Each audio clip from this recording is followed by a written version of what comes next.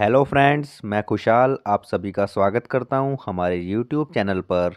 आज की हमारी डिक्टेशन है वॉल्यूम नंबर 14 से transcription number 307। Get ready, start. Mr. Speaker, sir, you will notice that we have been at pains to define in some detail the objectives which will guide the corporation in the discharge of its functions. This is necessary to ensure that the aspirations of the people of this country belonging to diverse cultures, languages, and regions are fully met in the programming of these two media so that the variegated culture of the country is allowed to evolve, flourish, and grow. We have also been conscious of the need for incorporating within the structure of the bill a mechanism which will ensure that the functioning of the corporation is never allowed to stray away from these objectives. It is equally necessary to ensure that the rights and sensibilities of individuals or groups of people which could be hurt by insensitive or biased programming are not allowed to be infringed. It is in this context that a provision has been made for the establishment of a broadcasting council. This council will examine all complaints of unfairness and bias or those relaxing to programs not being in conformity with the objectives of the corporation. This council will consist of a president who will function whole time. He will be assisted by 10 other part time members drawn from various walks of life so that every aspect of programming could be brought under scrutiny. There is also a provision which will enable this council to set up regional councils to cater to regional needs. All senior appointments within the corporation will be made by the Board of Governors and other appointments by recruitment boards to be set up by the corporation under the rules. We have also provided protection to all categories of employees of Air and Doordarshan, including officers of Indian Information Service working with these organizations. It will be our endeavor to ensure that all employees are treated justly and are provided opportunities to grow and develop in their own fields. I would, however, like to emphasize that the primary objective at all times would be to achieve excellence. These finances of the corporation will be underwritten by the Government of India on the touchstone of public service.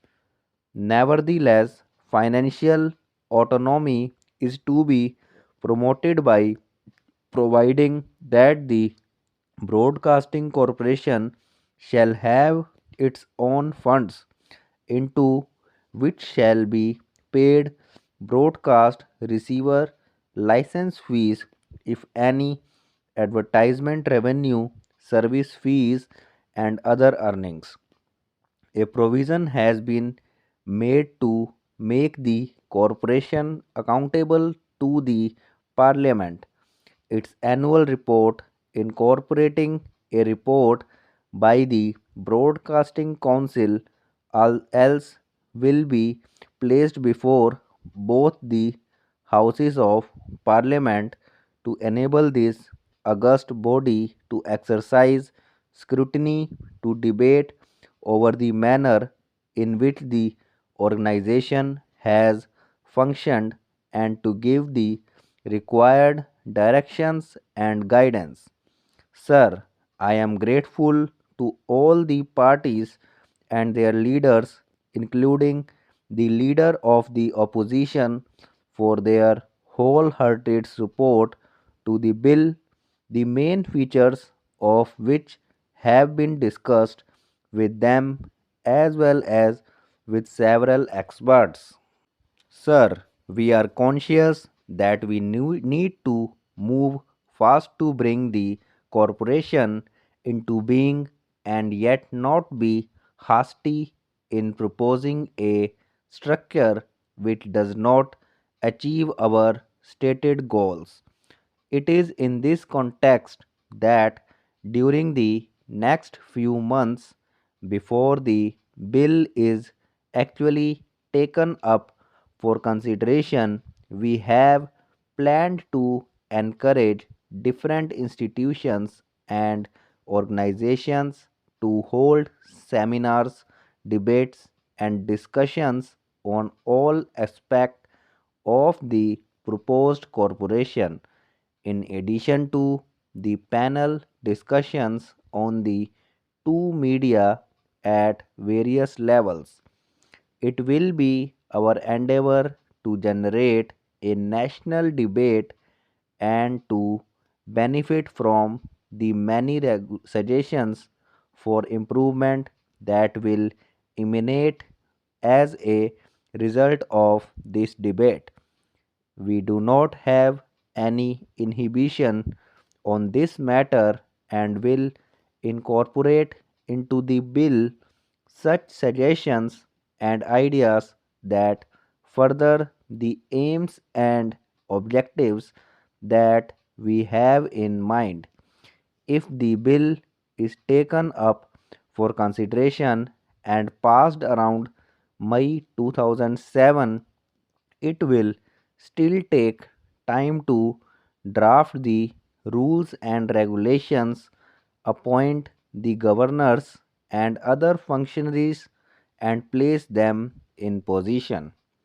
We shall endeavor to take the consequential steps following the passage of this bill as expeditiously as possible. Even so, the appointed day may be about a year away. In the interregnum, Mr. Speaker, Sir, it is not our intention to be idle or let things proceed as they are today. We are aware that much can be done immediately, ensure impartially objective, and to give to the media the much needed independence which will enable them to improve the quality of programs. We intend, therefore, to undertake a comprehensive review of the programs being broadcast and telecast by air and Doordarshan. We will examine all procedures and reconstitute the various committees involved with programming wherever necessary. New kinds of programs will be considered. For example, we will try to increase the number of current affair programs and encourage independent producers to make them so that fresh thought provoking ideas are placed before the audience. As regard television, we will try to make the second channel in four metropolitan cities much more lively so that they can provide alternative programs to meet the aspirations of the regional audiences to ensure that right from now All this is done through a process which is rooted in the concept of autonomy and independence. Even before the law is enacted, we propose to immediately set up a compact 5 member board consisting of distinguished persons from the media, from the world of cinema, art and culture, the world of scholarship, agriculture, and rural development to oversee the functioning of AIR and Doordarshan. It must, however, be noted that ultimately it is the persons who direct and run the corporation who will count. The eyes of the entire nation will look to the Board of Governors to see how this goal is achieved. It will be our endeavor, as also the endeavor of my ministry, to provide all possible assistance. Thanks for watching this video.